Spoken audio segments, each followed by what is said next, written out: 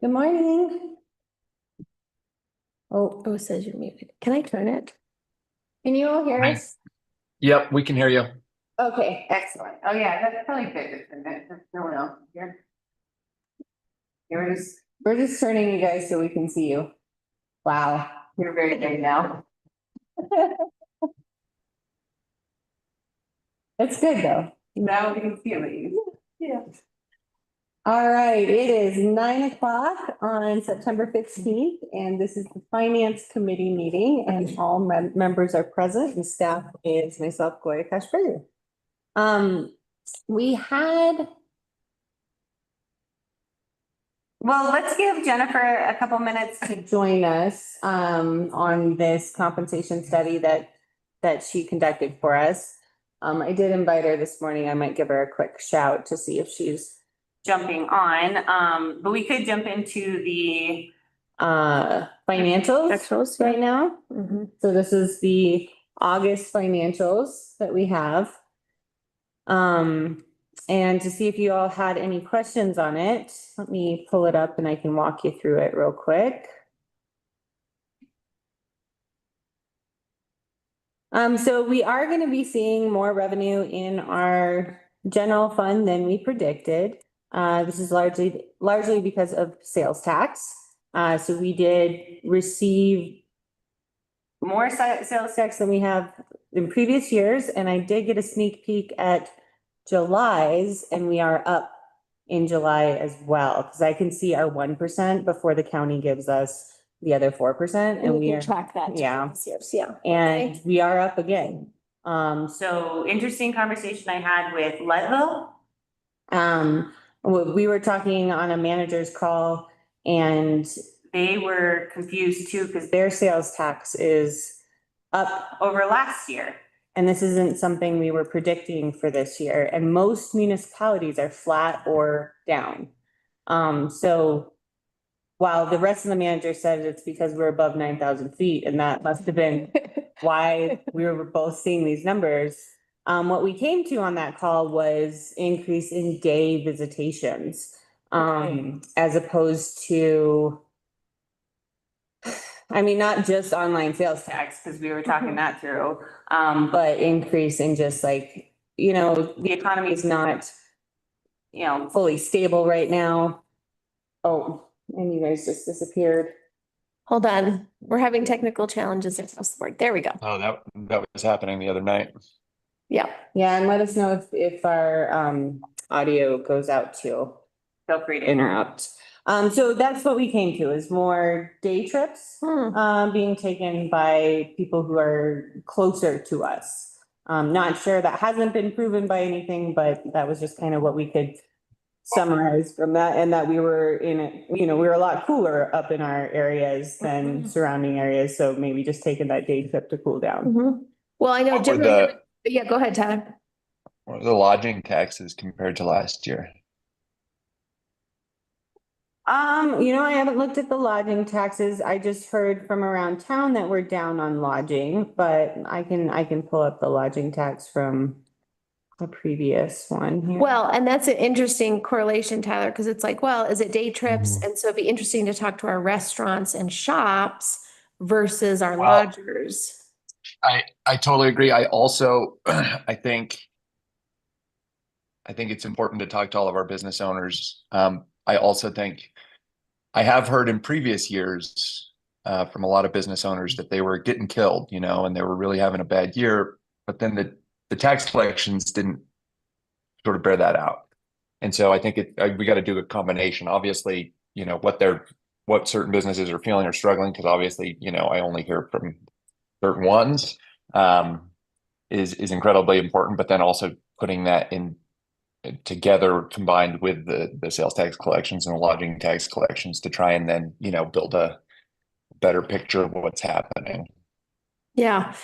Jim and I think we have a chamber meeting this week. It'll be interesting to have this discussion with the chamber to kind of hear from folks of their experience. I know like you, Tyler, I've heard from the lodge, or Gloria said this, definitely hearing a bit from lodgers that bookings are down. But also, inflation can affect it as well. Because if everybody raised their prices, then it's kind of like you have all these numbers to compare. Is it like tables and beds and t-shirts, or is it the price of those tables and beds and t-shirts that's affecting the pricing or the sales Right, tax? fewer visitors, we may have just collected, the same amount or more from Yeah. last year with fewer Yeah. visitors based on an inflationary increase, but Yeah. But Jim, go ahead, Jim. No, I was gonna my camera's not working. I'm sorry, guys. Um, one of the biggest gripes right now, and they're not wrong, from the tourism side, is just the cost of coming to Silverton. It's the cost of this region. And as the costs go up, and we are in a unstable period nationwide. It's not just this region or the state, it's nationwide. Where people are more reluctant not to spend on those big ticket items, and they'll go and eat a quick burger and get back on the road and keep going. Yeah, and I'm curious about our economy in terms of like, this year were people not booking that air flight trip that they were going to take because they felt uncertain, but they already owned the camper or the off-road vehicle or the Jeep. And so they're like, oh, we're going to plan a last minute trip for the day or for the weekend or whatever. And I know, Jim, you were saying you were seeing more last minute bookings for we're seeing more last minute bookings. And since we've embarked on this whole dynamic pricing, which was started in the middle of July with 20% off middle of the week, 15% off on the weekends, we've seen an uptick. But the biggest surge in the entire region are campgrounds. Yeah. Because again, if you already own that RV, if you already own that toy or that thing to vacation, and you're saying, okay, this year we're not going to go to Mexico, we're going to go camp. Yeah. I'm also curious about, Gloria, your comments that you guys think it may have been day trippers. I would be shocked to know if that were true based on the amount of highway construction. Nobody wants to take a trip up here and sit in traffic for 3 hours for what should be like an hour-long drive. And now Red Mountain Pass has been closed quite a bit recently as well. I mean, not to say that it's not true. It would just be a surprise to me, I guess. We have not been easy to get to. That's a great point, Tyler. Yep, it's true. What I don't like is not knowing why it keeps going up. Right. Everyone is going down. It just doesn't sit well with me, and I've been trying to figure this out, and there's not one, entity on our sales tax report where I can point to and be like, that's why, so that, and just to hear someone else saying they're up too, was just a very interesting conversation amongst the managers and figuring that out, because everyone else is down or flat. Yeah. And flat from last year. Yeah. Yeah. Well, I think it'll be a good topic of conversation at the chamber meeting. It should be fun. Yeah. Interesting. And when is that one? Wednesday. Wednesday, okay. Excellent. I'll put that on, pour it out to the board, maybe. Yep. And again, it's that challenge of not really being able to have the granularity of the data that we'd like. So we kind of don't know what story to tell, which makes it hard to know what's happening. The good news is that revenue is up. That's good for the town's bank account and the town's priorities. What it means for the future is harder to understand. I think I've also, I thought this in years too, and so it doesn't explain why Leadville's also up, but I do think that we're several years behind most of our, the mountain towns that are most similar to us. I think we were, the last to sort of be discovered, quote unquote. And, I always just thought that we were a couple years behind in whatever cycle that was in. Again, that doesn't explain why Leadville's also up. So maybe there's something completely different. But I still do kind of think it just takes us a while to catch up. It's like, everything just takes a little longer to happen to us. Yeah. Well, and, I wish we had kind of more specific data on backcountry use, right? Like what that looks like. I know in the county commissioner, in the joint town county meeting, there was a comment that like our backcountry ranger was noticing that there was one of the busiest days he'd ever seen out there, and that's a great anecdotal point, right? Because again, the folks that are out there in the backcountry have a pretty good sense, but we don't really have user data to know what's happening. Can we, I mean, the BLM does track, they've got vehicle counters and trail counters in certain places. I wonder if we could like look at that data compared to previous years and see if they, I don't know. I know some of them are brand new, but I don't know if we have some that you could compare previous year's data to this year's data. It might give us a better idea, or at least some sort of snapshot of what's happening in the backcountry. Probably worth asking. Maybe the commissioners have heard this or have gotten an update. Mhm. I can reach out That'd be great. if we can't get. I mean, Well, if good to it ask. proves difficult, I think. We definitely need like a collective brain on this one because I'm Yeah, stumped. yeah. And it'd be curious what the county is seeing. I mean, obviously theirs will reflect the same, but if the commissioners have any, if Willie's seen a lot of years here. I'd be curious to see what he would attribute it to. Yeah, and we've talked a lot about inflation. Yeah, Yeah. But I know that a lot of other municipalities, they've increased their prices too, and they're not seeing this. Right, Like they're not seeing the right. same right, increase that we have, so. right. But we are Yeah. also very small and micro, so if it, their budgets are somewhere around like, 30 million or something like Yeah. that. So a smaller increase can hit us a lot. Right, an inflationary effect might play out differently. Yeah, I don't know, interesting. Any questions on the revenue side? That was the one I just kind of wanted to pinpoint there. Tonight we'll go through each line item of the budget. I didn't publish the budget yet. It's not ready to be published, but we will go through it tonight in our meeting on line by line. Are we caught up with the EPA on the TIF payments? Right now, yeah. Okay, So they haven't paid us anything for this year, but that's pretty typical. yeah, but we're caught up from last year. Yep, great. And that is reflected in our actuals, but it's also saved in our ending, in our reserved, funds. So, committed, so if you look on page 2, you'll see that there's assets, liabilities, and fund equity. And under fund equity is committed to future capital outlay. That's our perimeter trail funds, that 50,000, and then fund balance reserve is the next one. And I'm trying to get them to rename that to our traffic impact fee. Or not traffic, sorry, transportation impact fee. Okay, yeah. But that's where you can find those two as they're reserved.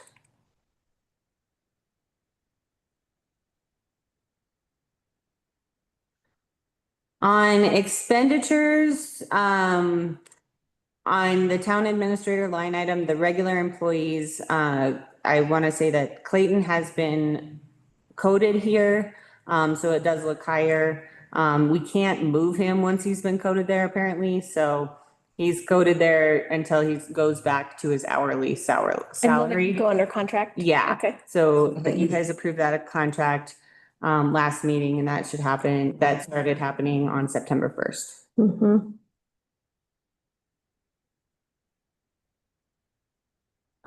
You'll see that all the workers' compensation lines, they were budgeted for, but they're not in there. They are being coded to our general insurance line item. We were gonna try and break it out this year, but ended up not doing that. So that's why there's line items on those that haven't been expended. Mm-hmm. So under legal services, then the charge that's there is for additional legal services that we've pursued related to like the RMPP or other things. Yes. Is that right? Yes, and. Yeah, okay. And he was For part of the year. for part of the year, yeah. he was contracted, and then he went to salary, and then he went back to contracted, and then we've contracted with another firm for the RNPP stuff, so Yeah, it got a little confusing there. yeah.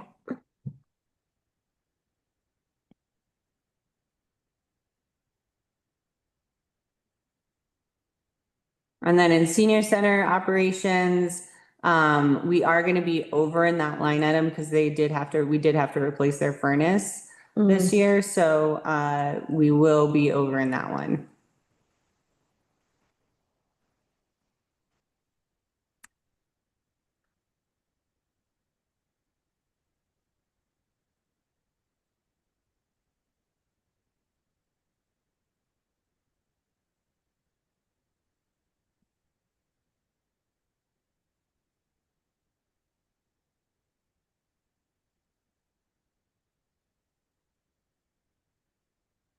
I'm not hearing back from Jennifer here.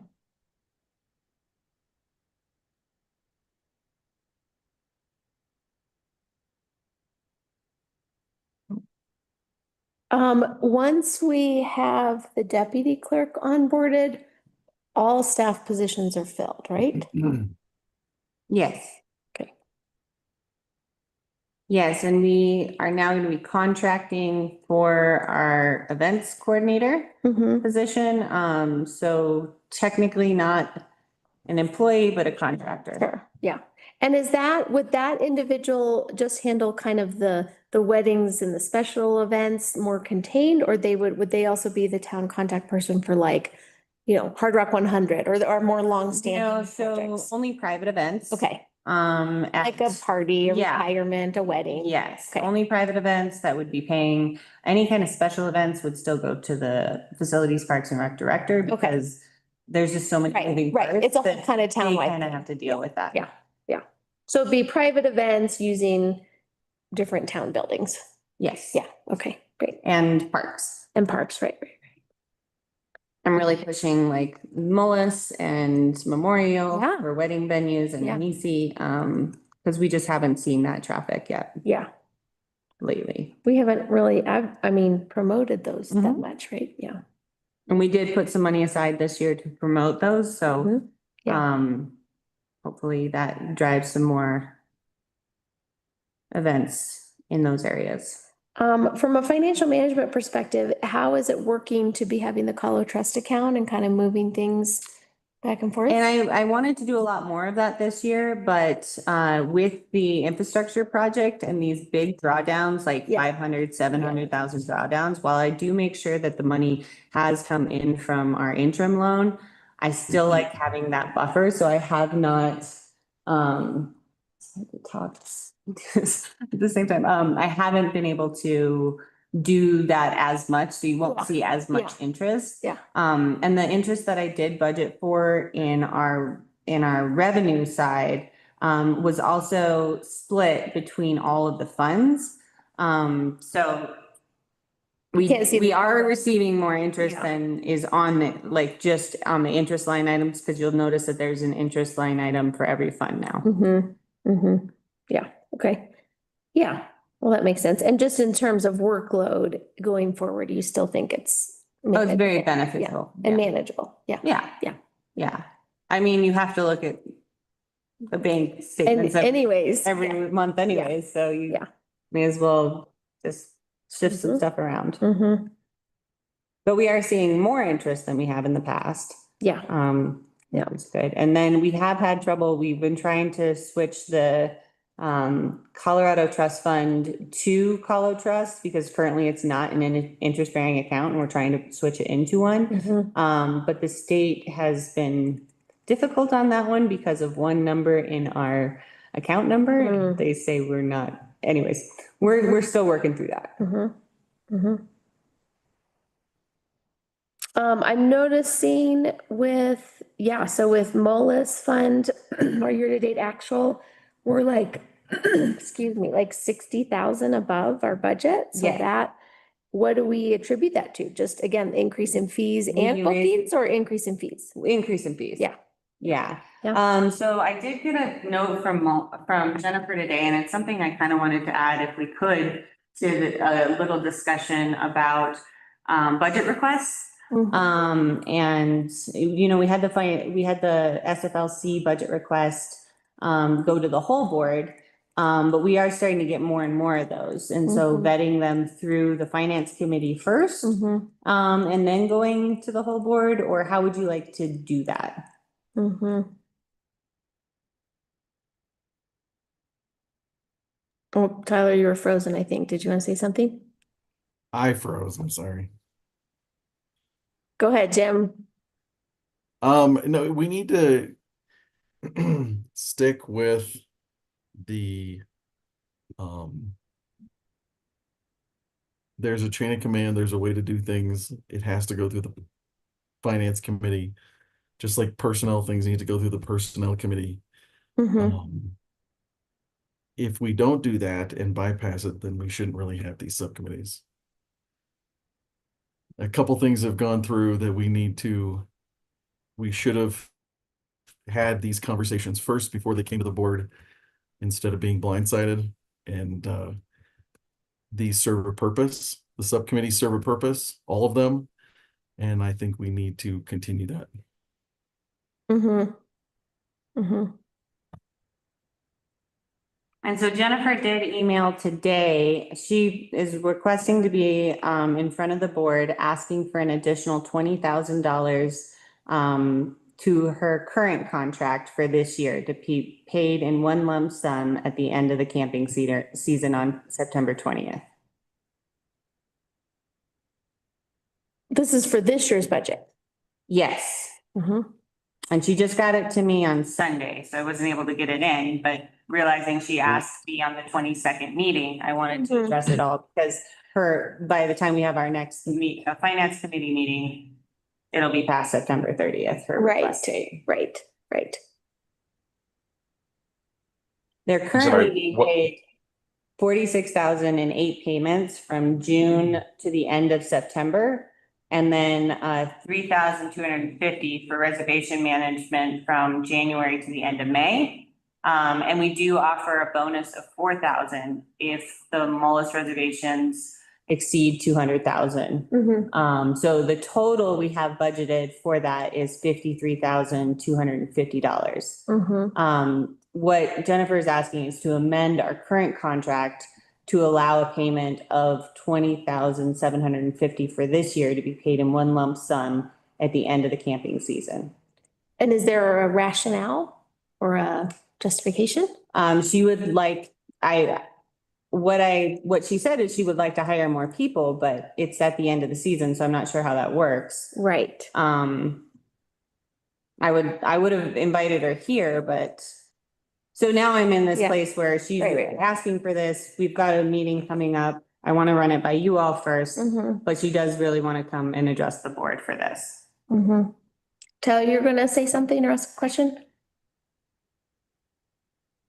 I mean, I guess that's one of I agree with Jim that things need to go through the proper channels. That is just one of the drawbacks is since we do meet once a month, sometimes it messes up the timeline for certain things. But I don't know. I was just thinking out loud.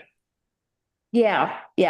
It's like on the one hand, I think committees are the right channel because that's where things kind of get fleshed out and vetted before they really go before the board, right? Because the folks that are on the utilities committee, their brains are thinking in that manner and they're able to kind of tease it out before something comes before the board.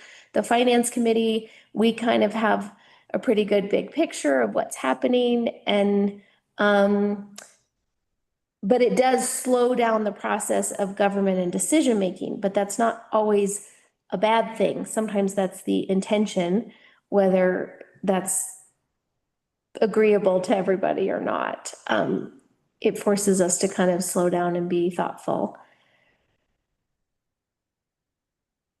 It strikes me that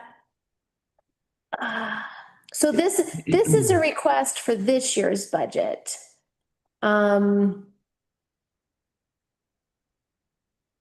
Is And this I'll- based on merit? Because if it's Uh, based on merit, I would say she's definitely earned it. But it's I just sent you all her request email. okay. That you can check on. No, I mean, she does a great job up there. I think she's seen the increase in revenue that we've created up there and, we haven't negotiated next year's, so her contract is up this year. So we haven't negotiated next year's. We have that on the schedule to do in October, to negotiate next year's contract. Mhm.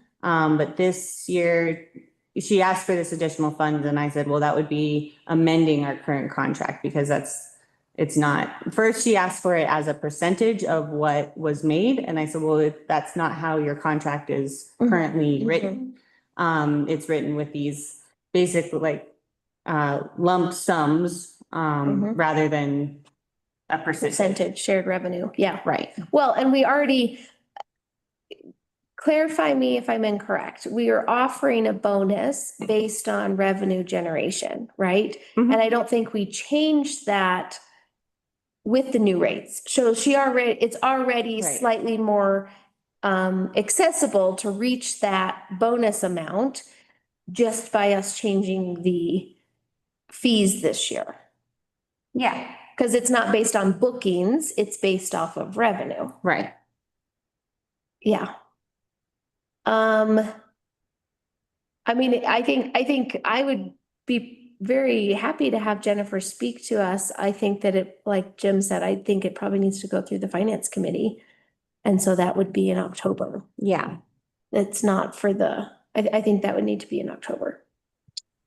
I am also a little confused, like you said, if it's for hiring more people, now is not the right time of year to ask for it. If it's just, a bonus, that's a different question, but I would like to know, I guess, I would like some clarification on that. And it sounds like we need that before it comes to the whole board, to Jim's point of that's why these committees exist. So is the finance committee recommending to Gloria that you respond to Jennifer and invite her to our October finance committee meeting? Is that what we're requesting? I would say yes. I would like to speak with her further. I would also suggest to take a field trip out there. I want everyone to see what she's doing out there because what she's doing is really good. I'm not advocating either way, but going out there, visualizing what is actually being done and the job that she's doing. I think it would give everyone a better perspective. Yeah. Especially in a contract year. Sorry. Yeah, and it's good for us to see our asset. I mean, it is an Yep. amazing asset up there and maybe even seeing it with John or Steve as well, just kind of with the thought of what's needed, what's happening, what kind of investments. Again, I don't know how we all make that happen, another meeting, but or maybe it's just individually. Mhm. So if we ask Jennifer to come in the October meeting, then that would still need to go then depending on what that conversation was, if something came before the board, it would be in a later October meeting and then. Yeah, in her original email, it had said, I would like to, here, it says, and it's at the bottom of the email chain that I sent you all, but, remember, this increase would allow Gensco to employ more staff, keep up on equipment used to maintain the campground, as well as an upgrade to amenities Gensco has available and more.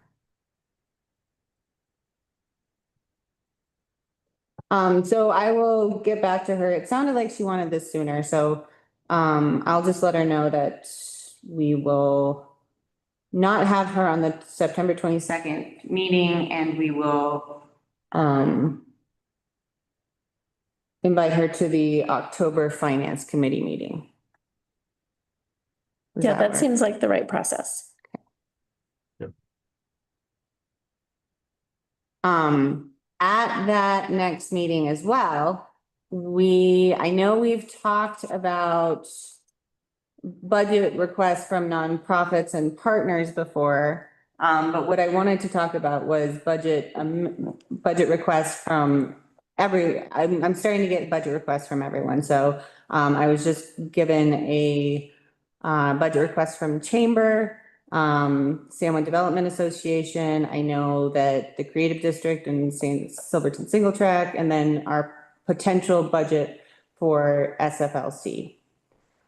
I will air my concerns again that we don't have a dedicated funding source or a way to, like, basically, if you're giving it away, you're not giving it into the Right. coffers. So like what other communities done is they've dedicated like their cigarette tax or something like that towards a community benefit. We don't have a structure like that in place. But it has been done before. Like we did reduce our amount to the visitor center or to the chamber this year for running the visitor center.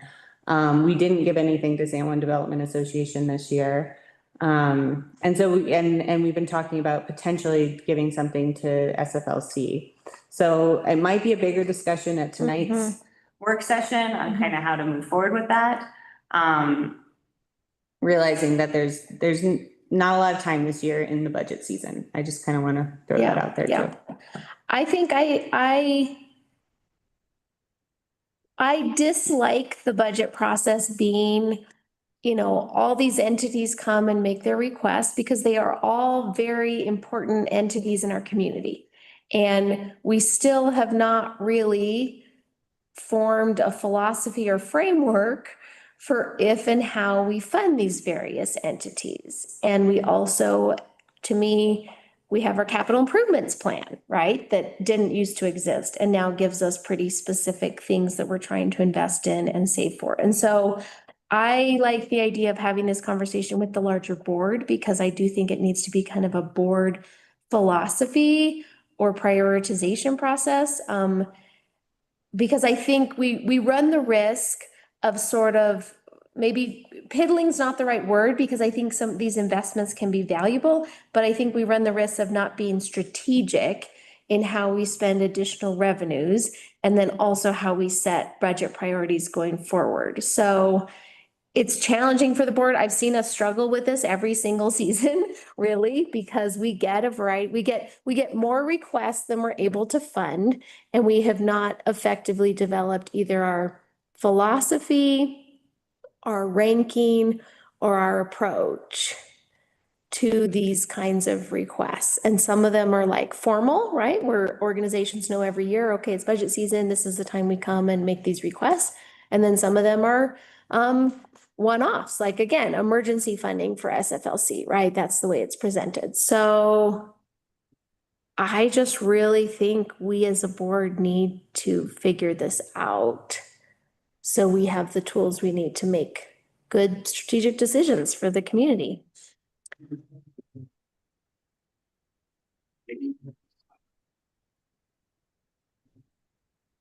You guys have been at this longer than I have.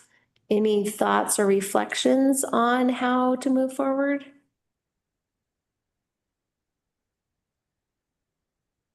I thought we had discussed not doing this anymore for the sheer reason that we needed to focus on town first. And now we're back here having this conversation. Well, and this comes to, as far as budget requests go, like the SFLC line item, I have them scheduled to come talk to you all on October. In the finance committee meeting in October on a line item moving forward. And then I just received the chamber's request for funding. And those are some things that kind of have been directed down by the board. So I just want to be very intentional in what I'm setting up in October for you all. I'm looking at our trustee priorities. I just stole it from Gloria's pile, and we have invest in prioritizing infrastructure. And one of the objectives lists some projects like collection system, treatment plant, deferred maintenance, street and stormwater drainage, brownfield grant, perimeter trail. Those all have dollar amounts associated with them, right? And then we have financial sustainability. We have continued to support the Silverton Housing Authority. We all sat in that meeting and saw how there's not really a sustainable revenue source. Oh, I do have an update on that. Okay. Mullis is not an option. What? We went back to Correct, the it is not. What's that? That is correct, it is not. Right, we went back to the deed of when it was given over to us in 1929, and it can only be used for recreation. So that is Okay. where it's at.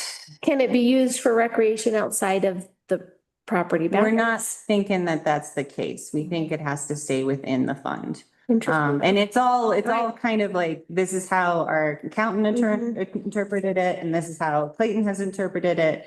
But they seem to come to the agreement Mhm. that we cannot take the money Mhm. out of Mullis for any other purpose than like administrative fees. Mhm. Okay, well, so I'm looking at the trustee priorities. And then we have financial sustainability, and it says ensure the town's budget adequately covers the cost of public services, so that's fine. And then ensure the town's budgeting process promotes town expenditures and investments that reflect community priorities, including those set forth in the master plan. And a subcategory of that is adopt a capital improvements plan. So, you know, you could probably ask each different trustee and say, well, along that, where do these things all fit, right? Funding the visitor center, funding our arts and culture activities, funding our preschool, increasing Mullis, investing in the perimeter trail and assets. And again, it still comes back to, we have to have kind of a philosophy of where all these funds should go. What do you mean by that? Where they should? Like, for example, we think we're gonna have excess revenue this year, right? Mhm. And the board could have different boards are gonna choose different things. The board could have a preference that with those excess revenues, we want to beef up our reserves. With those excess revenues, we want to fund these one-off requests. With those excess revenues, we want to put more money towards the capital improvement plan that we adopted. With those excess revenues, we want to put more money to one of these projects on the list, the Brownfields grant or the perimeter trail. So that's for like, what do we do with excess revenues? But then we have the question of for next year with what we think our budget will be.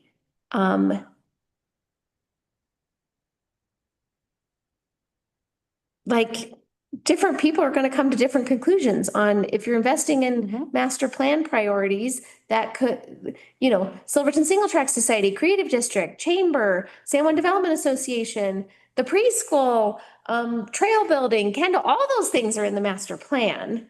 And so it's up to the board to decide where do we want to put any excess revenue this year? And how do we want to budget for this or rank it next year? And we could say, nope, we're just investing in our infrastructure and our buildings and assets, and capital improvement. Or we could say we want to invest in these other things. So I think we got to help Gloria out in how these things get on the agenda and how people are able to make their requests.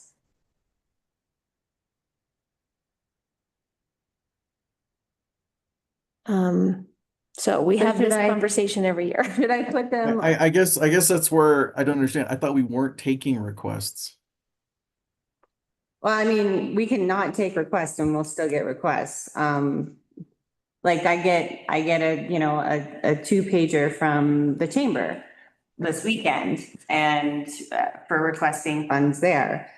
Do I bring that to you all in the October meeting and we can discuss it there? Would that be the mechanism? Or are you saying that I should just say no to all other requests at this point? I guess a question, Jim, would be, okay, if we're not taking requests, last year we funded the chamber at less, right? We closed the visitor center. We made an intention to close the visitor center. We ended up funding them at some amount because we said that is a function of our government, right? They're kind of like staff. Those are our staff. Well, and that's where I think we're getting into the definitions, because the Chamber of Commerce is a quasi-governmental. It actually serves the community by bringing people to town. It promotes the town, it promotes the community, and technically they're in a government building. And it's a contract that you all do with them, so would you be Correct. okay? Would you be okay with me bringing that request, like I bring Jennifer's request, to the next finance committee meeting? Well, and I put Jennifer in that category because she's a Right. literal contracted um employee, technically, and she is. She represents the town of Silverton. Right, she's contracted to offer service for the town. And the chamber is Absolutely. contracted as well. Absolutely. Yeah. I think the tricky part, Jim, that I have is like the rationale to me can be slightly extended to these other entities because you could argue, again, 4th of July and oh, did we lose Jim? Yeah. Okay, I'll pause. We'll just wait and see if he calls back in.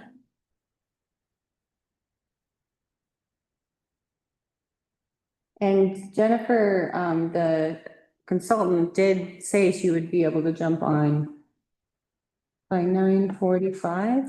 Okay, We're just waiting for her to jump on as well. I think that this might be a conversation that the entire board needs to have because this is going to come down to values and ideals. yeah, Yeah, and that's, So, I'm just I trying to don't- get that clarity so that Yeah.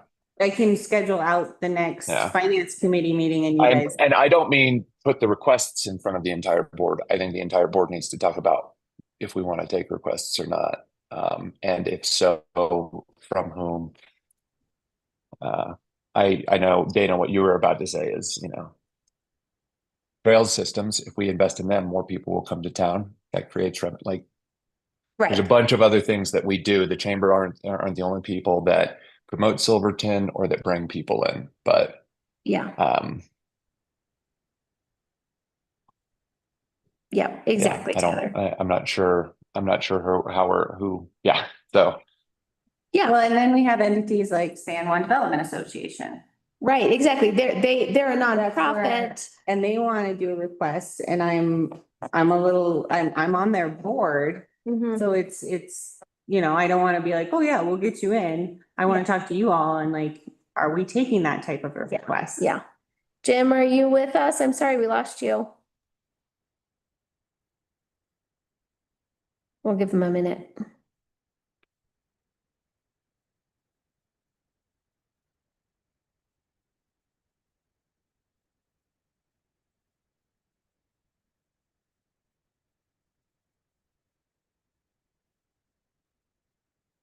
Jim, can you hear us? Can unmute. If you know that you're muted.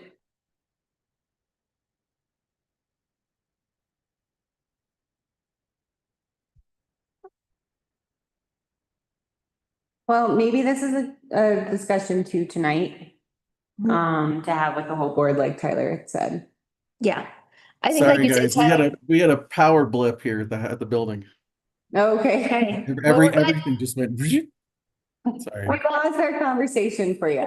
I did make my points. But I think the summary, Tyler said it as well. The tricky part that I have, I can get the chamber, I can get the MOLIS contract. But there is a component in a small community like ours where we have these nonprofits that actually do carry on components of like government. I mean, the Silverton Single Tract Society is like single-handedly building a recreational asset for the community.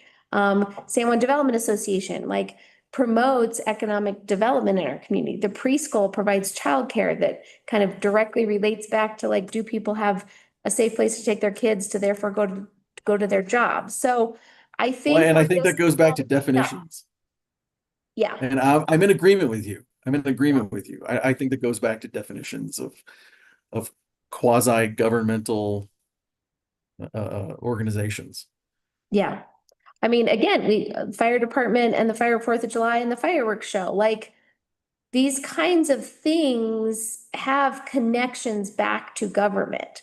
And I'm also very sensitive to the fact that if we have multiple line items for all those kinds of things, we have less money to deal with deferred maintenance, capital improvement plan, and like other essential priorities. So Tyler was just suggesting that maybe we need to have this conversation as a board, not about particular requests, but kind of about our sort of criteria to give Gloria better framework to say, this can come before the finance committee or this doesn't.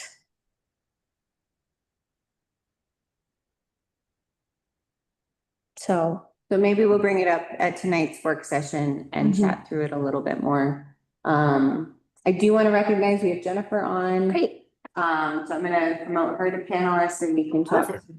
the compensation study.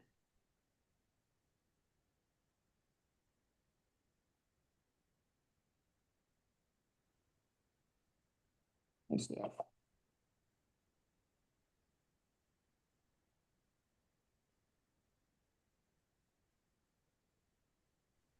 Hi, Hello, Jennifer. everyone. My sincerest apologies that I am so terribly late today. I had an emergency, so my apologies. Thanks for being here. Yeah, Yes. absolutely. All right, well, I was hoping you could walk us through your compensation studies. Absolutely. And has everybody seen the work that I've done or what has been shown to everybody thus far? So thus far, it's the wage bands, and the compensation philosophies. Okay, great. And you all have completed the draft compensation or ideas for a compensation philosophy, is that correct? Yeah, we have that. Okay. So I'll kind of just start, I guess, big picture. Um, putting wage bands in place for an organization and municipality, et cetera, is really a great tool. Not only for hiring, so that we know, this is kind of what the market bears right now for our positions. But it's also a great retention and growth tool for our staff. So when we put something in place like this, we know that when we're hiring somebody, we can say they're fresh out of college, or this is the first time working in this type of position. So we know that we have an idea of where we would start them and then how much room for growth they would have in that type of position. So in doing a compensation philosophy, we look at the positions that are already in place, and then we look for data that is comparable to those positions and to, in this case, the municipality of Silverton. And by that, I mean the region, the budget of the town, and in this case, just the different positions that you all have and employ.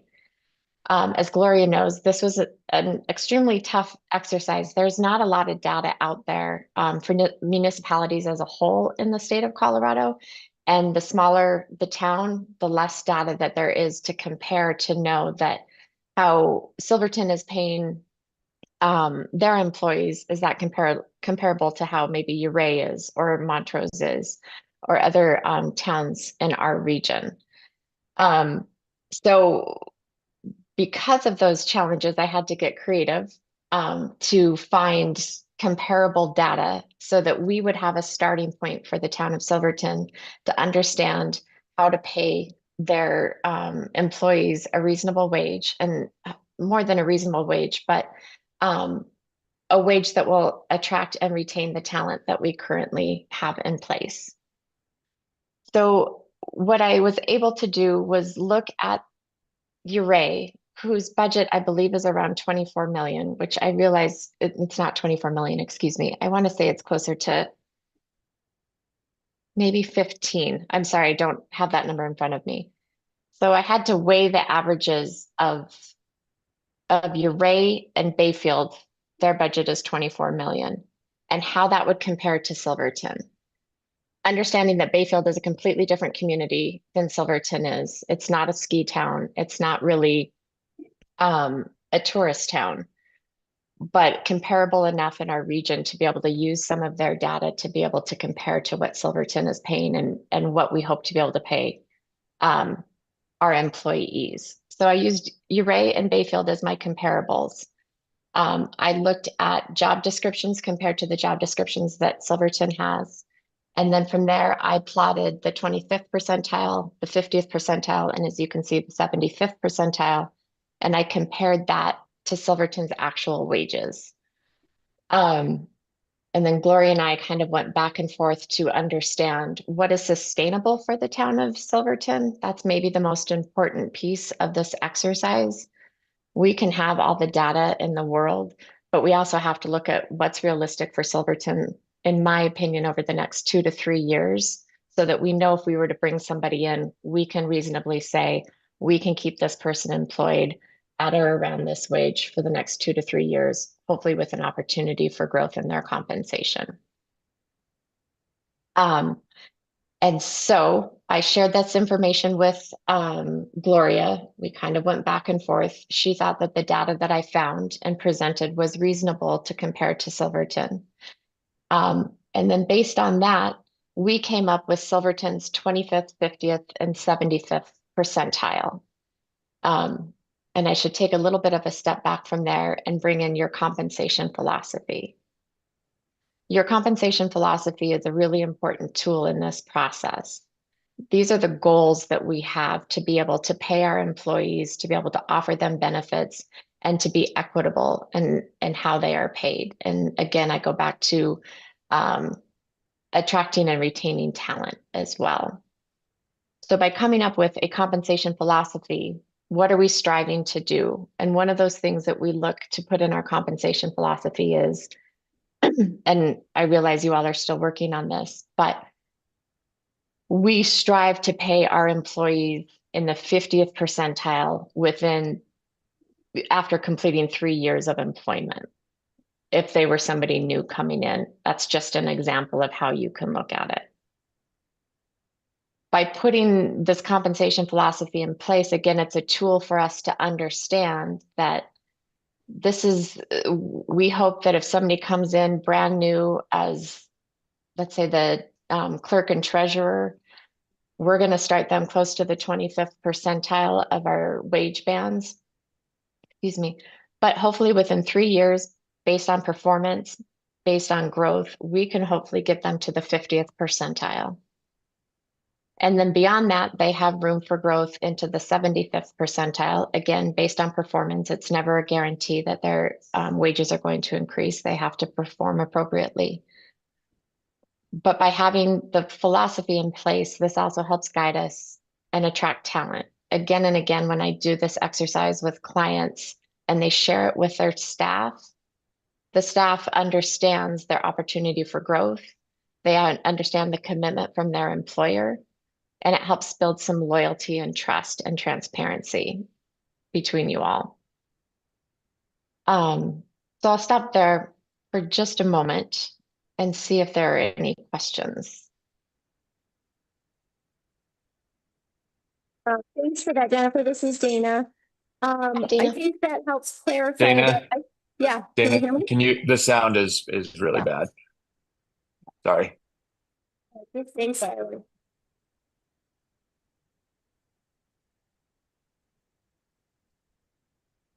Is that any better?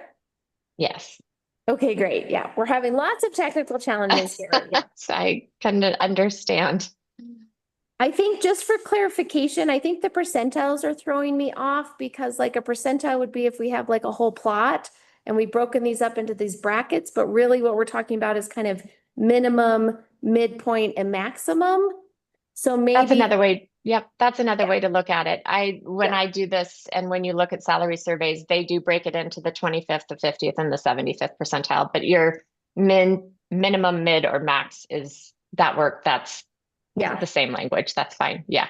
I'm married to an economist and statistician, so he gets very particular about what we're talking about. So if we're talking about like averages, you can't have a percentile of an average. So anyway, so if we could kind of talk about minimum, midpoints, and maximum, I think that would be more helpful. Sure. And then this helps a lot because when I looked at the compensation philosophy as it's written, it felt a bit generic and not super Silverton specific. And I think the thing that I was worried about was that what we were saying was that our base salary would kind of always be at the midpoint. And so it's good to hear you say, and I think I'd like to see this reflected in the draft, is like, what I want to know is that we have a range, right? Like you said, if Yeah. we hire someone just out of college to be our whatever town administrator or community development director, like it's highly likely that they're going to be much closer to the minimum of our base Yes. salary. And so the way this was written made me feel a lot like we were setting our minimum to be what everybody else's midpoint is, which to me seemed like weird. So I think we need more specification in there. It didn't to me have enough detail on sort of levels of experience. It said fully proficient and meeting expectation, but that just to me didn't give enough detail on like who would be starting at that minimum range, that midpoint, and that maximum. And I think what I also don't see in here is like, again, it seems like my philosophy, I can't say it's the board's philosophy, but that we would have an approach that says, hey, we're striving for a minimum of our salary band to not be a lot lower than comparable communities. But like, that's kind of a guiding philosophy. Not necessarily that we always have to be better than 50% of the other towns that are like us. Absolutely. And so when it comes to the philosophy and you hit on this, it's very specific to the community or to the business or to the organization. And that is an exercise that, excuse me, in writing the philosophy, because I don't know the town of Silverton, in my opinion, that is something that whether it's the board or it's Gloria and her team or whoever the appropriate group of people are, should write that philosophy so that it fits the needs of that community. And really, like you said in the beginning, reflects the town of Silverton and not only what is they're able to do, but what they want to do and what it looks like for them. Yeah, gotcha. I guess I thought in our contract that we were gonna get more of that specification from you, like have this conversation now about kind of what's our overall philosophy, and then have you kind of refine the final product. And absolutely, that can happen. Yes, we can do Okay, that by great. understanding a bit more of what your goals are, what's specific for you all. And again, we're striving, we're not guaranteeing anything. It's always just kind of forward thinking and what we hope to be able to provide for our employees. Yeah, that's great. And then another question I have is, I see you chose 2 data points, Uray and Bayfield. I guess my question to you, I know I've looked at the Colorado Municipal League data. It's great as members that we get access to that, because I think municipalities' data on salaries at municipal levels is actually pretty well available in there. And so I guess I was just wondering if you had a chance to look at that, and if you had all thought about pulling in some more comparison points, not just in our region. And the reason why I bring this up is that when we were talking about the town administrator salary, my approach was to look at a whole number of towns with small populations. You know, that was one level of looking at it, because again, Silverton's super unique in the sense that we're so tourism focused. We are kind of a ski town, but not really. We're a mountain town, but not really, because we don't have a big ski resort. We're super remote, we're very small, et cetera, et cetera. But I guess I would like to see more data point comparisons here, because we have that data from CML. And so I think Uray and Bayfield are just 2 options, but I think I'd like to see more data comparisons here. And so I did look at that CML data that was provided. Gloria gave that to me. And when I do this, I look at region and I look at budget, and I hear what you're saying. There's other small mountain towns in Colorado that are not just in the Southwest, but even just kind of looking at it, trying to compare position titles to be able to find data that would be comparable to some of the positions that Silverton currently has in place. There, maybe 25% of the positions I was able to find comparable data to, if I was also looking at trying to find comparable budgets for towns. There was very minimal data out there to be able to come up with comparable data points. Okay, even in that compensation survey. Yes. Because they have all of the job descriptions listed. I guess I'm just kind of pushing on as a product. I think I would like to see more comparison points. I think it's kind of insufficient. Absolutely. And I hear what you're saying, and I'll push back a little bit more. Yes, there are job descriptions in that salary survey that I was provided. But then if you go down into the base of the salary survey and you start looking for job, or you look for position titles, and you look for, let's say, the town of Basalt, there's not every position that Silverton has, does the town of Basalt have, Sure. or Sure. Silt, or Grand Lake, or some of the other towns that I looked at. So it was not, I wasn't even comparing apples to bananas. There was not data to compare when it came to looking at budgets and other data points, because some towns simply don't have the same positions comparable to what Silverton currently has. Sure, sure. Yeah, I just think there might be more like we could add, we're definitely going to have certain positions where we have more data points than for other positions because we have unique, the Public Works Administrative Coordinator position, that might be something that's pretty unique, but the town clerk or the town administrator or the community development director or facilities and parks, some of these positions are a bit more generic that I just think I'd like to see a little bit more data points for. And are there specific towns that you would like to see me look at? I think, again, that's why we hired you. I think looking at population size, obviously we don't have Yeah. budget for everybody, but I just think we could have a little bit more nuance here. And again, I've kind of dominated the conversation, so that's just my request to you as part of this product. So if I'll let Tyler and Jim jump in if they have more questions, but I think population size, location, not just being constrained to this location, and maybe being able to provide a little bit more detail for those positions that are more similar. Because I totally agree with you. We're going to have some positions that there aren't comparable job descriptions for. Fair. Thank you. Tyler or Jim? I'll let Tyler jump first. I guess I was trying to understand, Jennifer, what you were saying. So were we looking for towns that had like almost all of the matching positions so that we could do a more holistic, like this is our budget for wages as compared to theirs? That's always Okay. kind of my starting point Okay. is to be hopeful that exists. Right. But it didn't in this case, Right. or at least not, again, I try to weigh heavily on the budget because that informs what we're able to pay.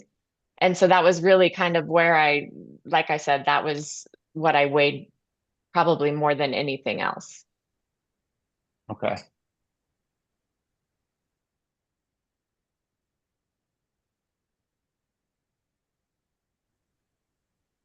But I guess the challenge with that is like Bayfield is pretty different then, so the budget isn't super comparable. I guess I'm just saying, I suspect that there's more towns out there that, and the only reason I say this is because I kind of got into the nitty gritty with this when we were looking at the town administrator salary and budget. And so I think we could just go a little bit deeper here, in some of the analysis for different communities instead of just the 2 data points that we have. Okay.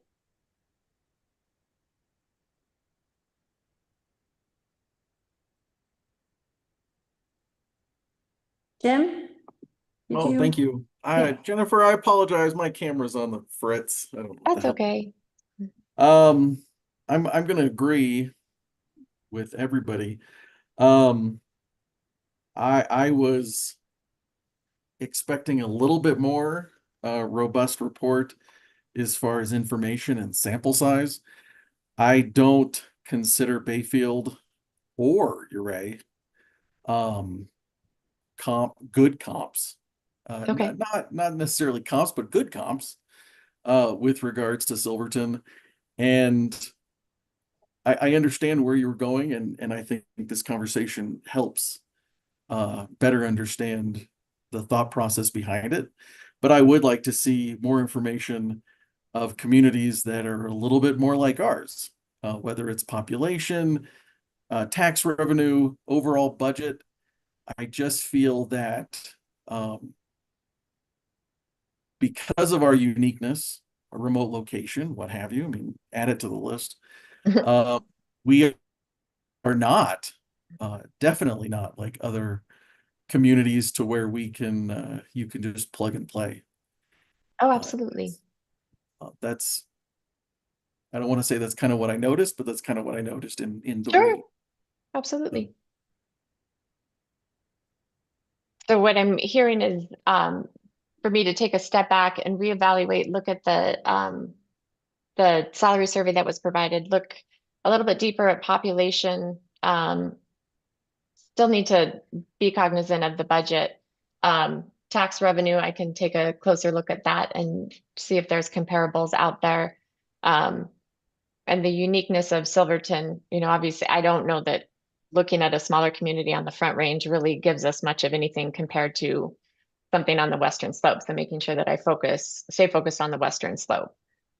Yeah, but I think like when I was kind of thinking about this, I'm just going to throw out a list of towns. And so I'd be curious to see what Tyler and Jim have to say or any reactions. But I was looking at Lake City, like regionally, Lake City, Ignacio, Ridgeway, Pagosa, Telluride, Ouray. And those are kind of, regional. So, and to Jim's Yep. point, there's pros and cons of any of those. Then I think just thinking about other kind of population size, you have Morrison, which is, more Front Range, but you have like Georgetown, Blue River, Kersey, Idaho Springs, Grand Lake. Grand Lake to me is an interesting comparison because it's highly summer tourism focused. Small population size, but a ton of summer tourism revenue. So Grand Lake struck me as an interesting comparison. Idaho Springs and Georgetown on the corridor, but they're not ski towns, but they get a lot of that tourism. So I just think a few more data points would be helpful to give us these bands Sure. for comparison. Okay, absolutely.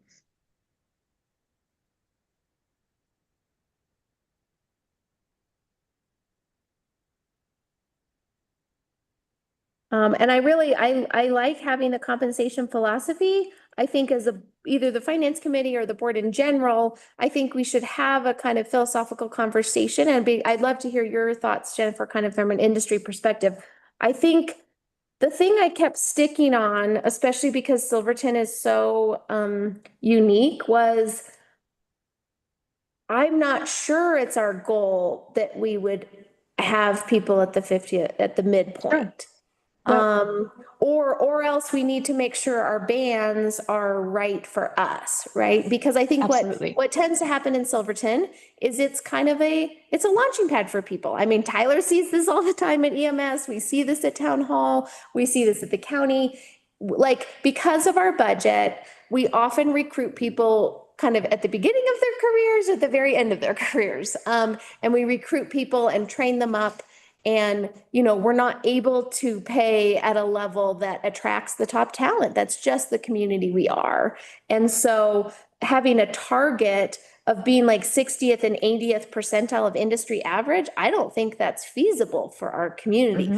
Maybe we want to have a target of 60th and 80th percentile of our wage band, right? But like, I don't think it's reasonable for Silverton or feasible for us to say, we're going to try to be better than like 85%. If you find 100 towns that are kind of similar, I don't think it's reasonable for us to say we're going to pay more than 85 of those towns. I mean, maybe Tyler and Jim to speak to this. You guys run businesses and nonprofits, but that seems very unrealistic as far as the philosophy goes. Yeah, I agree. we're doing, we're constantly looking at our how competitive we are in paying our people, and I really wish it was possible, but I mean, we've tried everything under the sun to say we would like to, we would like to be X percentage of even the state average, and we couldn't do that, so then we broke it down to a more specific set of towns and counties, and we're like, well, we're going to try and make ourselves competitive and we were trying to use percentages also into this percentage of these cherry picked towns and counties, and we couldn't do that. And so I don't envy what you're doing. I've been doing it recently for a very specific industry for EMS, and I think what we continue to find is we just have to come to terms with the fact that we're, at this point, not able to, setting a target isn't always, I mean, we need to set realistic targets. And, like I said, Ouray pays 50% more for their paramedics than we pay. So, Okay. I would love to say that we're, so for us, URA wasn't a great comparison, but yeah, again, I don't envy what you're doing. I understand how difficult it is. I've been doing it myself, and I wish I had like a magic bullet or some, say I figured this out, but I haven't. So maybe if maybe I can steal some of your survey when when we're finished, and I can Sure. try and use it. So Absolutely. Phil, I'm sorry, Jim, did you want to add anything? No, I'm in agreement with everybody. Okay.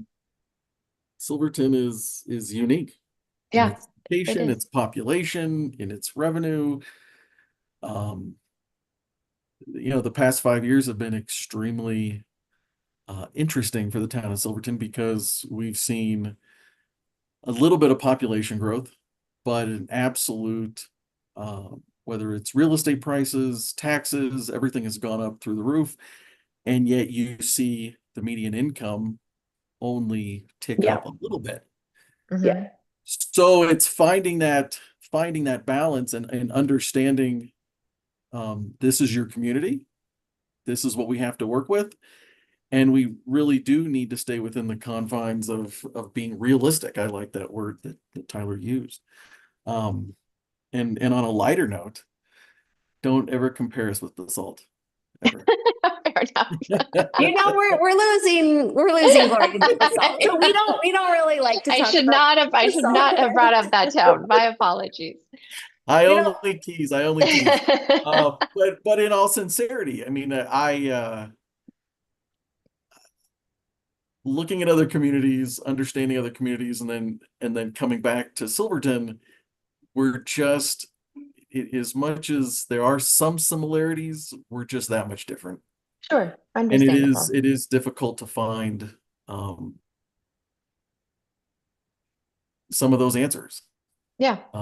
And I can tell you from recruitment in the private sector to pay someone a livable wage, quote unquote, a livable wage in one location is not a livable wage here. Yes. And then finding them housing and then finding them, and it's Mhm. just it's a really big jigsaw puzzle Yeah. that takes a community to put together.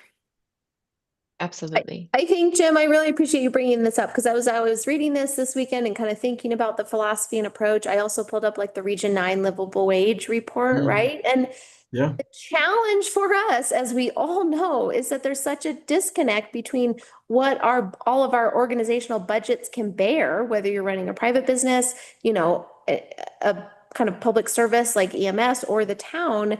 There's the reality of what our budgets can bear, and there's the reality of what it costs to live here. And that's the rub we find everywhere. I mean, it's why we're building affordable housing. It's why we're giving preferential lottery entries in affordable or waitlist drawing entries in affordable housing for like essential services, because we all know that the school district, EMS, the town, the county, et cetera, cannot afford to pay people what it almost costs to get a house here. So I think we're kind of striking within that. And so I think what I'd love to see in the compensation philosophy. Oh, the other point I was going to make, Jim, is I think you're absolutely right that we're so unique. And I'm also cognizant of the fact that when we have an open position at town hall, especially for the more senior positions, we Mhm. are competing with other communities. Oh, We're absolutely. competing with that job market, maybe less so for some of our, not our director level positions. And so to me, it's striking that balance around, we're never going to be able to compete with Basalt. But I would like to see the philosophy reflect that, I'd like to make 2 requests. One, that we have a few more data points in here. Mhm. And maybe some sort of like weighted average of all those data points that create some ranges. And then once we feel comfortable on what those wage bands are, minimum, mid, and maximum, that then, or maybe we set those wage bands that's informed by a philosophy that says, we're doing our best to not have a minimum salary for this position below what all these comparable communities are, right? Like we're at least kind of somewhat competing with these other communities, even if our band is narrower because we only have the capacity to go up to a certain maximum, or maybe even if our band is slightly shifted left to what like the averages are. But I don't think we can have a approach that says we're trying to pay 60th and 80th percentile. It might be like we're trying to do that within our own band, but I don't think we can do that in comparison to all these other communities. So if that makes sense. I just think we need to tease out more here what we're trying to do. And I do want to point out, those two philosophies were just to get the conversation started. Right. So they weren't drafted for Silverton. Right. I wanted to just clarify that. Yeah. They were hopefully to start getting you guys to talk about that. I don't Yeah. want it to sound like we drafted these for. Silverton specifically, yeah. Yeah.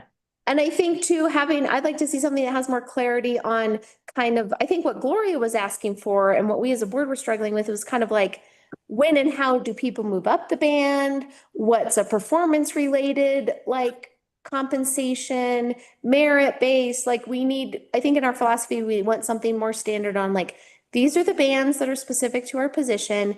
And this is a clear path for an employee to know how do I move up in this? So I think this is a great start, and I think adding some of that nuance would be helpful for where we go from here. So you hit on a lot of really great points, and I'll go back to this. So this is our data, and now comes Silverton, right? Yeah. And I understand, I hear what you're saying. I will go out and I'll flesh out some more data points for you. But this is what I would almost say, like, this is the science part of things, right? But then there's what can Silverton actually do? And so that's where we have to marry the two to make it sustainable for the town of Silverton. Yeah.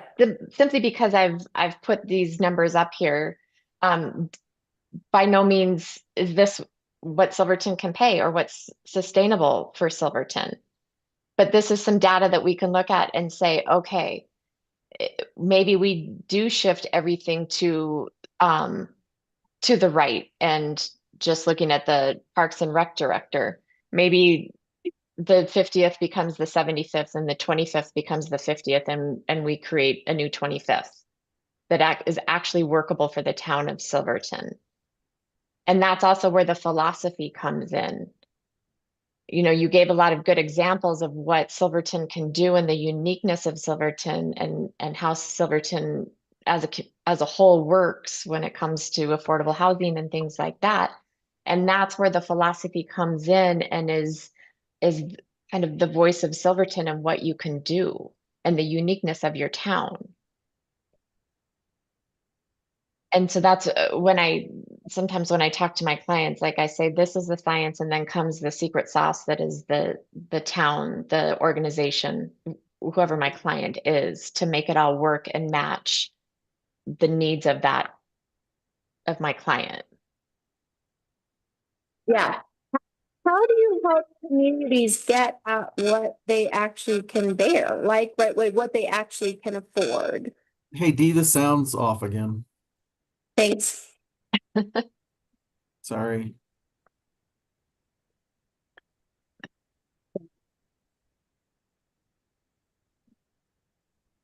Are we good? Yep. Okay. Thank you. Thank you. Can you Thank you. hear us better? Yep. Yeah. I think in my experience, when And now your TV's off. Yep. Okay. We got it. There Are we we go. all there? Audio visual. Okay. When I get to the point where I present the mid, the minimum, the mid, and the max, we sit down and we take a look at it and say, okay, there's really sustainability wise, if we look at the town administrator, our town administrator maxing out at 140K, we're likely not ever really going to be able to do that, as an example. Like that is out of reach. We can't, but we may be able to max them out at 130K. So let's set that as our maximum, and then work backwards and set up our mid and our minimum. Mm-hmm. And we kind of we work through the different the different wages and say, is this realistic? Not only for what's sustainable, but for what the position is based on what we it just continually comes down to what is sustainable for the town of Silverton.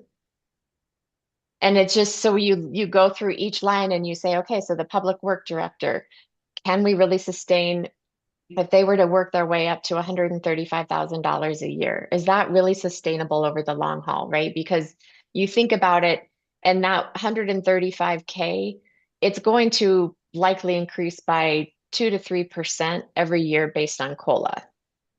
Right. Is that sustainable for the town of Silverton, or do we need to say that the public works director is going to max out at 127K? And then we go backwards and build out what our mid would be and our minimum. Yeah. Yeah. So I mean, it's a puzzle. None of it is, I heard you say that your husband is economist, and so he knows this much better than I ever will, but it is a puzzle, and taking a look at the data and saying, okay, yes, and we can't pay like this, like Tyler was saying for his EMS people, like we can't. It's impossible for Silverton to maybe align with some other towns and be able to pay that way. So we go line by line and we say, yes, this could work, but let's nuance this a little bit. Again, going back to what would work for us over the next 2 to 3 years that we think we would be able to budget for looking out that. And, I try not to go more than 3 years because so much can happen in that short amount of time. I think if you do 5 or beyond, you're just hurting yourself. Yeah. Yeah. So Okay, it sounds like that's we really have some helpful. more work to do Yeah. and bring it back to you all. I just want to be mindful of time. We're going Yes, over thank you. our half hour here. So just wanted to say that Jennifer and I will work on population size, location, details for positions, more data points, and how people can move up and down the bands. And then maybe what I'll try and do out of that is a more poignant draft for Silverton for a Yeah. compensation Yeah. philosophy. And certainly relying on Jennifer's expertise. I mean, you see this in other communities, you see it, like, I think my main areas of feedback are adding more data points. So our averages are a bit more, have more data.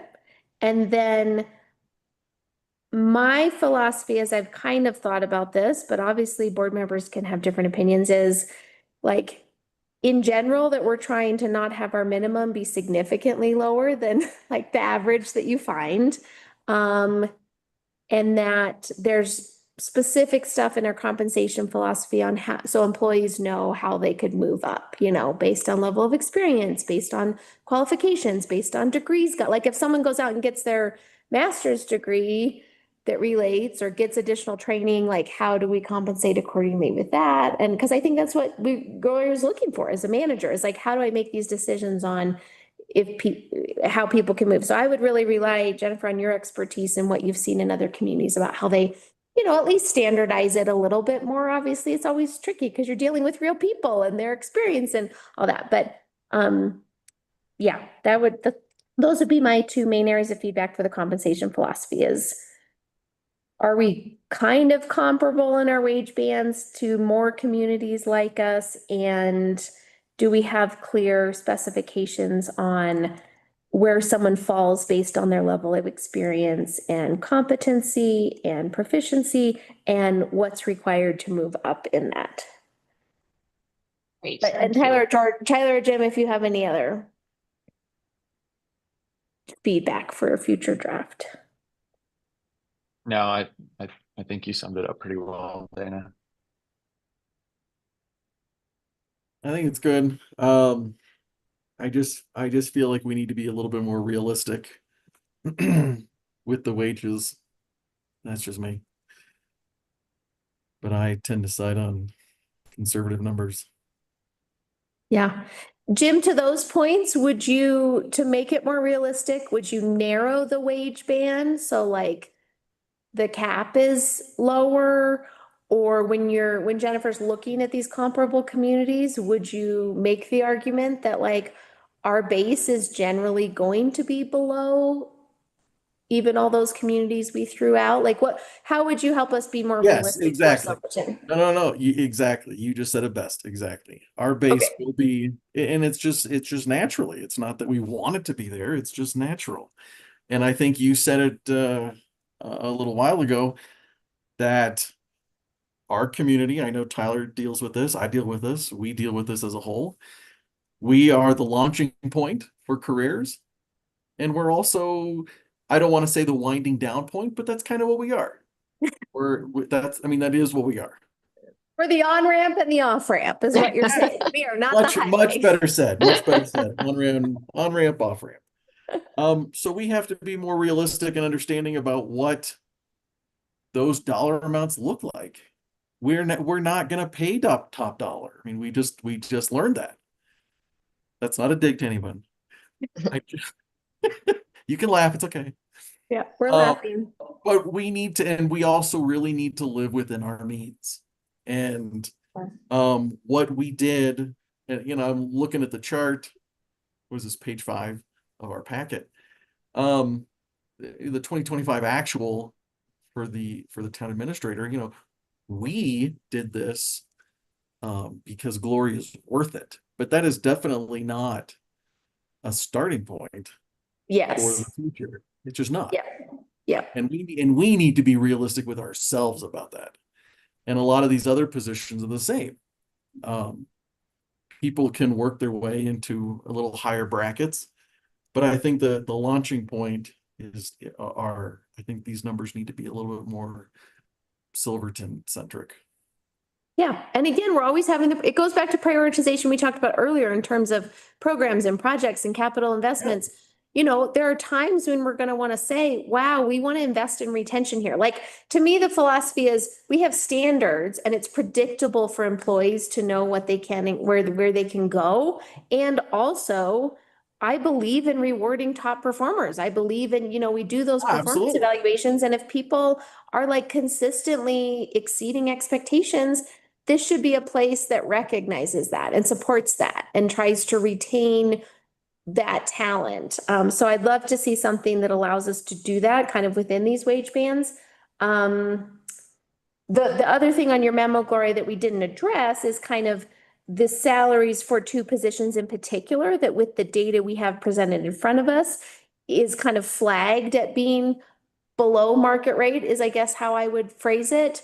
And that would be the development director position and the clerk and treasurer position. So I guess my question to you is, do you want us to keep the conversation going and dive into those in particular, or wait till we get? Let's wait until we get the next iteration of this. Okay. To do that. Okay, Okay. great. So our next meeting is on October, and I want to say the date here correctly, 20th. Jennifer, do you think we'll need more time from that, or because then after that it would be into November 17th? Well, and I No, think, yeah, go ahead, Jennifer. Sorry. No, I believe I can come up with additional data points for you by that point, or at least to be able to share with Gloria, and Gloria and I can start working on some things together to make sure that we're aligning with the requests. And have a better handle on the philosophy by that point. Okay, you and I can connect after this and Sure. chat. Perfect. That sounds great. Thank you. I think this is a Thank you. great starting point. Great. Thank you very much, everyone. I appreciate your feedback and your thoughts. It was very helpful. Thank you. Thanks, Have a Jennifer. nice day. Bye-bye. You too. Right. Yeah, we can talk about those other positions Yeah. as we go Yeah. forward. I think it'd be good to talk about them and have some kind of decision going into the 2076 budget, Yeah. right? Like, let's make sure we can do it in time to Exactly. make a decision. And with that said, tonight's work session, I will take direction from the board and then present the first draft on the first meeting in October, which I think is the 13th. Great. So, Great. all right, anything else that came up for the good of the order? All right. Thanks, both of you. I It's- appreciate your Yeah. thoughts. 10:29 and we can adjourn this meeting. Thank you, everyone. We'll see you tonight. All right, Thank thanks. you.